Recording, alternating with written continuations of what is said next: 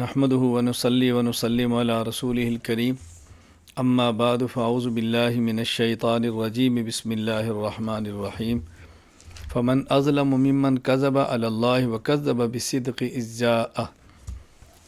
اس پارہ کے بالکل آغاز میں اللہ تعالیٰ نے دونوں طبقوں کا ذکر کیا ہے۔ ایک وہ جو اللہ کے لائے ہوئے حکم کو، اللہ تعالیٰ کی طرف سے بھیجے ہوئے احکام کی تکذیب کرے، بہت بڑا ظالم ہے، اور ایک وہ جو اللہ کی دی ہوئی شریعت کی تصدیق کرے، یہ بہت بڑا متقی ہے۔ تو شریعت کا انکار کرنا ظلم ہے، اور شریعت اور وحی کا اقرار کرنا یہ تقویٰ کی سب سے پہلی نشانی ہے۔ ایمان اسی چیز کا نام ہے کہ رسول اکرم صلی اللہ علیہ وسلم کی لائی ہوئی تمام چیزوں کو مانا جائے۔ اللہ توفی الانفس حین موتہا واللتی لم تمت فی منامہا۔ ہر جاندار کی روح اللہ کے قبضہ قدرت میں ہے۔ اللہ تعالیٰ جب کسی کو نیند دیتے ہیں تو یوں سمجھے کچھ وقت کے لیے روح کو روکتے ہیں، اور جب موت آتی ہے تو مستقر روح کو روک لیتے ہیں۔ جب انسان پر موت آتی ہے تو اس کی روح اس کے جسم سے نکل جاتی ہے، اور بعد میں روح کا اعادہ ہوتا ہے، پھر سوال اور جواب ہوتا ہے قبر میں، اور اس کے بعد روح کو نکال کے روح کا تعلق جسم کے ساتھ اتنا باقی رکھا جاتا ہے کہ جس سے جسم راحت محسوس کرے، اور اگر کافر ہے تو دکھ اور تکلیف محسوس کرے۔ قل یا عبادی الذین اسرفوا علی انفسہم لا تقنطوا من رحمت اللہ۔ اللہ تعالیٰ نے گناہ گاروں کو بہت اچھا ایک پیغام عطا فرمایا۔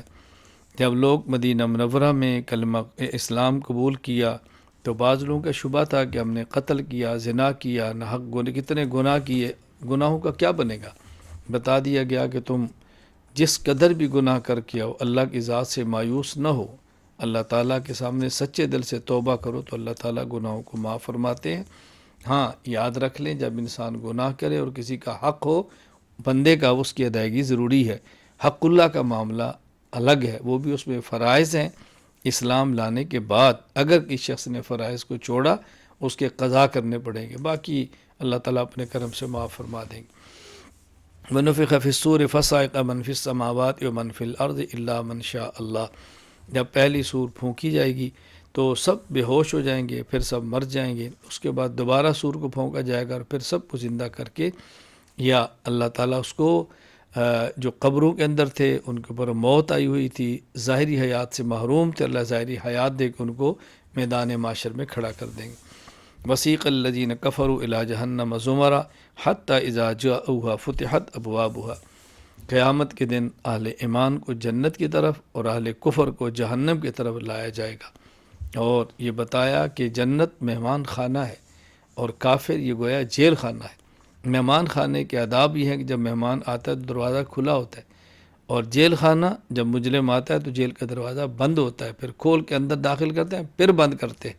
یہی معاملہ جنت اور جہنم کا ہے۔ سورۃ المؤمن۔ اس صورت میں فرعون کی ایک قوم کے مرد مومن کا ذکر ہے جس کا نام نہیں ذکر کیا گیا۔ اس کی بنیاد پر پوری صورت کا نام سورۃ المؤمن ہے۔ حامیم تنزیل من الرحمن الرحیم۔ حامیم تنزیل الکتاب من اللہ العزیز العلیم غافر الذنب وقابل التوب شدید العقاب ذی الطول۔ اللہ اکبر۔ یہاں اللہ تعالیٰ فرماتے ہیں، اپنی صفتیں بیان فرما کے اللہ غالب ہیں، اللہ علم والے ہیں، گناہوں کو معاف فرمانے والے ہیں، توبہ کو قبول کرنے والے ہیں، اور جو توبہ نہ کرے اللہ تعالیٰ اس کو سخت سزا دینے والے ہیں، اور اللہ تعالیٰ بہت طاقت والے ہیں۔ اللہ تعالیٰ کی رحمت سے بندے کو فائدہ اٹھا کے توبہ کرنی چاہیے۔ ان الذین کفروا ینادون لمقت اللہ اکبر من مقتکم انفسکم تدعون الی الایمان فتکفرون۔ کفار قیامت کے دن اپنی ذات سے بیزار ہو جائیں گے، اپنے آپ سے نفرت کریں گے کہ ہم نے کیا کفر کا اور شرک کا جرم کیا، آج اللہ کی ناراضگی اور جہنم کو مستحق ہے۔ اللہ تعالیٰ فرماتے ہیں جس طرح قیامت کے دن تمہیں اپنی ذات سے نفرت ہے، اس سے زیادہ اللہ کو بیزاری اور نفرت ہوتی ہے جب انسان کفر کرتا ہے۔ قالوا ربنا امتنا سنتین واحییتنا سنتین فاعترفنا بذنوبنا فهل الی خروج من سبیل۔ قیامت کے دن کفار کہیں گے یا اللہ آپ نے ہمیں 2 موتیں دیں اور 2 زندگیاں دی، ہم اعتراف کرتے ہیں کہ ہم نے جرم کیے، کیا واپس جانے کا کوئی راستہ ہے؟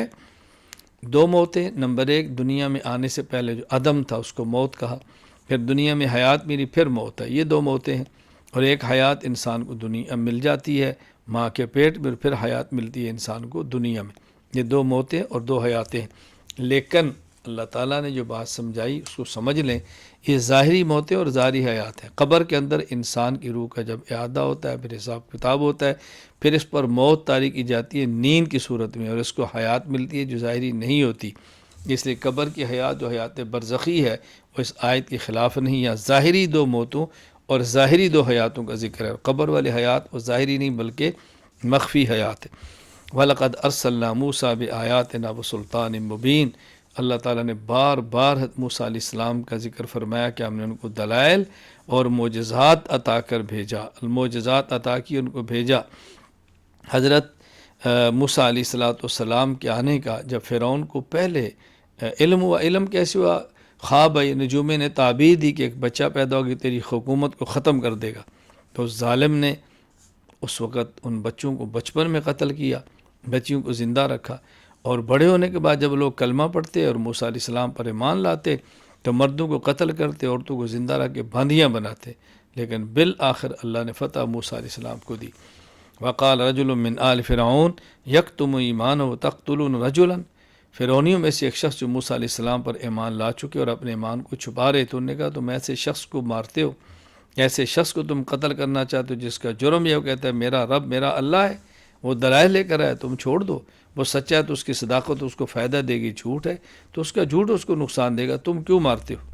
انا لننصر رسلنا والذین آمنوا فی الحیات الدنیا ویوم یقوم الاشہاد۔ اللہ فرماتے ہم دنیا میں بھی انبیاء اور ایمان والوں کی مدد کرتے ہیں اور آخرت کے اندر بھی مدد کریں گے۔ دنیا میں مدد کبھی تو ایسی ہوتی ہے کہ اللہ تعالیٰ فتح عطا فرماتے ہیں، اور کبھی ایسی ہوتی ہے تو اللہ تعالیٰ ان کے دشمن سے انتقام لیتے ہیں، اور آخرت میں فتح بالکل واضح اور ظاہراً ایمان والوں انبیاء کی مدد ہوگی کہ اللہ ان کو جنت دیں گے، اپنا عرش دیں گے، اور ان کے مد مقابل کفار کو جہنم اور اپنا غضب دیں گے۔ فاصبر ان وعد اللہ حق واستغفر لذنبک وسبح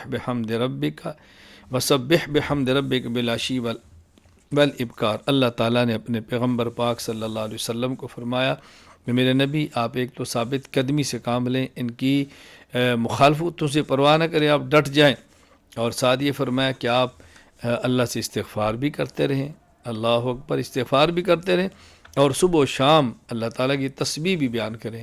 صبح و شام بھی مراد ہے، اور اس کے مراد صبح صادق تہجد بھی ہیں، اور اس سے مراد ہر مجلس کے اختتام پر بھی ہے۔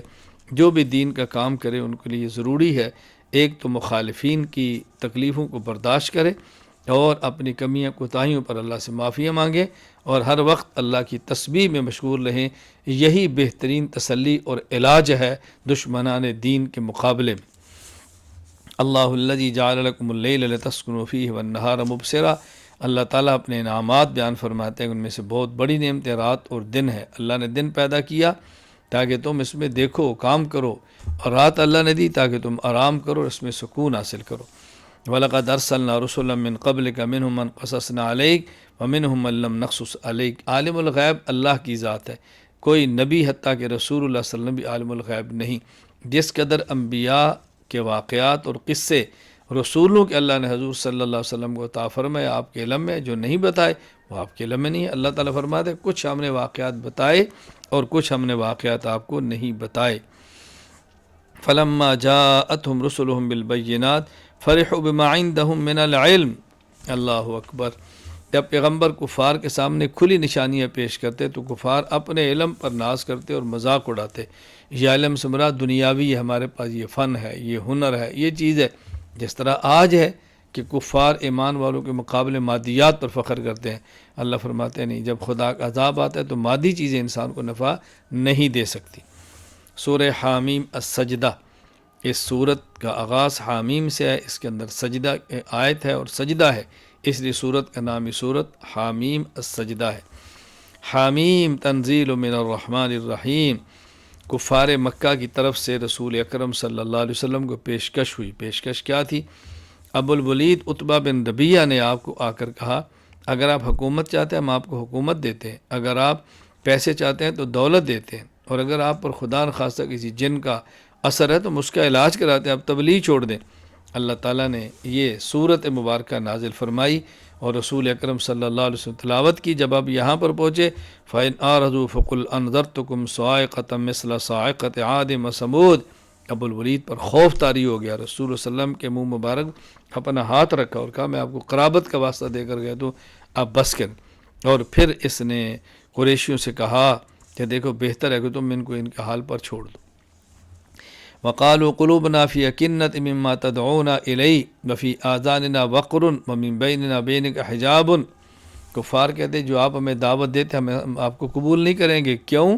کہتے اس لیے کہ ایک تو ہمارے دل پردے میں ہیں، ہمارے کانوں کے اوپر ڈاٹ بوجھ ہے، یعنی ہمارے کان سنتے نہیں آپ کی بات کو، ہمارے اور آپ کے درمیان پردے حائل ہیں. یہ سب باتیں اس وجہ سے تھیں کہ انہوں نے ایمان کی صلاحیت کو ختم کیا اور بغض اور ضد کی وجہ سے ایمان قبول کرنے سے انکار کیا، مسلسل پیغمبر پاک صلی اللہ علیہ وسلم کی مخالفت کی. اللہ نے ان کے قلوب پر مہر لگا دی. فَأَمَّا عَادٌ فَاسْتَكْبَرُوا فِي الْأَرْضِ بِغَيْرِ الْحَقِّ. اللہ تعالیٰ گزری ہوئی قوموں کا انجام بیان فرماتے ہیں. قوم عاد اور قوم ثمود کو دیکھو، طاقت والے تھے، اتنی طاقت وہ کہتے من اشد منا قوہ، ہم سے زیادہ طاقت کس کے پاس ہے. لیکن جب اللہ کا عذاب آیا تو ملیاں میٹ کر کے ان کو رکھ دیا. وَيَوْمَ يُحْشَرُ أَعْدَاءُ اللَّهِ إِلَى النَّارِ فَهُمْ يُوزَعُونَ حَتَّى إِذَا مَا جَاءُوهَا شَهِدَ عَلَيْهِمْ سَمْعُهُمْ. بہت سارے گناہ کفار سب سے چھپ کے کرتے ہو، کہتے ہمیں دیکھتا کوئی نہیں. اللہ فرماتے قیامت کا دن آئے گا تو تمہاری آنکھیں اور تمہارے کان اور تمہارا جسم تمہارے خلاف بولے گا، پاؤں گواہی دیں گے، ہاتھ گواہی دیں گے تم نے کیا جرم کیا. اللہ کو سب چیزوں کا علم ہے، اللہ سے کوئی چیز مخفی نہیں ہے.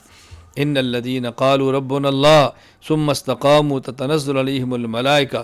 اہل ایمان کا ذکر ہے کہ جب یہ ایمان لاتے ہیں پھر ڈٹ جاتے ہیں، مصائب اور تکالیف کو برداشت کرتے ہیں تو ان پر اللہ کے فرشتے اتر کے ان خوشخبریاں دیتے ہیں. اللہ تخافوا ولا تحزنوا، نہ تمہیں اب آئندہ کے لیے خوف ہے، نہ پچھلی زندگی کا غم ہے کہ ہمیں یہ نہیں ملا اور وہ نہیں ملا، بس اب بشارت ہے تمہیں اللہ ایسی جنت کی دیتے جس کا تمہارے ساتھ وعدہ ہے. لا یاتیہ الباطل من بین یدیہ ولا من خلفہ تنزیل من حکیم حمید. یہاں اللہ تعالیٰ فرما رہے ہیں کہ دیکھیں اس قرآن کی حفاظت کا ہم نے وعدہ کیا ہے. قرآن کے الفاظ اور معنی میں کوئی تعریف کرنا چاہے تو نہیں کر سکتا. کتنے لوگوں نے کوشش کی الفاظ بدلیں، لیکن حفاظت کے لیے میدان میں لوگ موجود ہیں، معنی تبدیل کریں. اللہ پاک نے افراد پیدا فرمائے جن کے ذریعے اللہ حفاظت فرماتے ہیں. قرآن کی حفاظت کا اللہ نے وعدہ خود فرمایا ہے. وَلَوْ جَعَلْنَا قُرْآنًا أَعْجَمِيًّا لَقَالُوا لَوْلَا فُصِّلَتْ آيَاتُهُ أَعْجَمِيٌّ وَعَرَبِيٌّ. اللہ اس آیت کریمہ میں اللہ تعالیٰ نے قرآن کی فصاحت اور بلاغت حکمت بیان فرمائی. قرآن فصیح و بلیغ ہے. اگر یہ قرآن کریم فصیح و بلیغ نہ ہوتا تو یہ لوگ اعتراض کرتے کہ دیکھیں کتاب غیر فصیح ہے، تو اللہ نے فصیح اور بلیغ کلام اتارا اور چاہیے یہ تھا اس کو مان لیتے، مانا نہیں، اس پر بھی اعتراضات کرتے. تو اللہ فرماتے لاؤ اس جیسا قرآن اگر تمہیں اس قرآن پہ کوئی شک ہے. وآخر دعوانا ان الحمد للہ رب العالمین.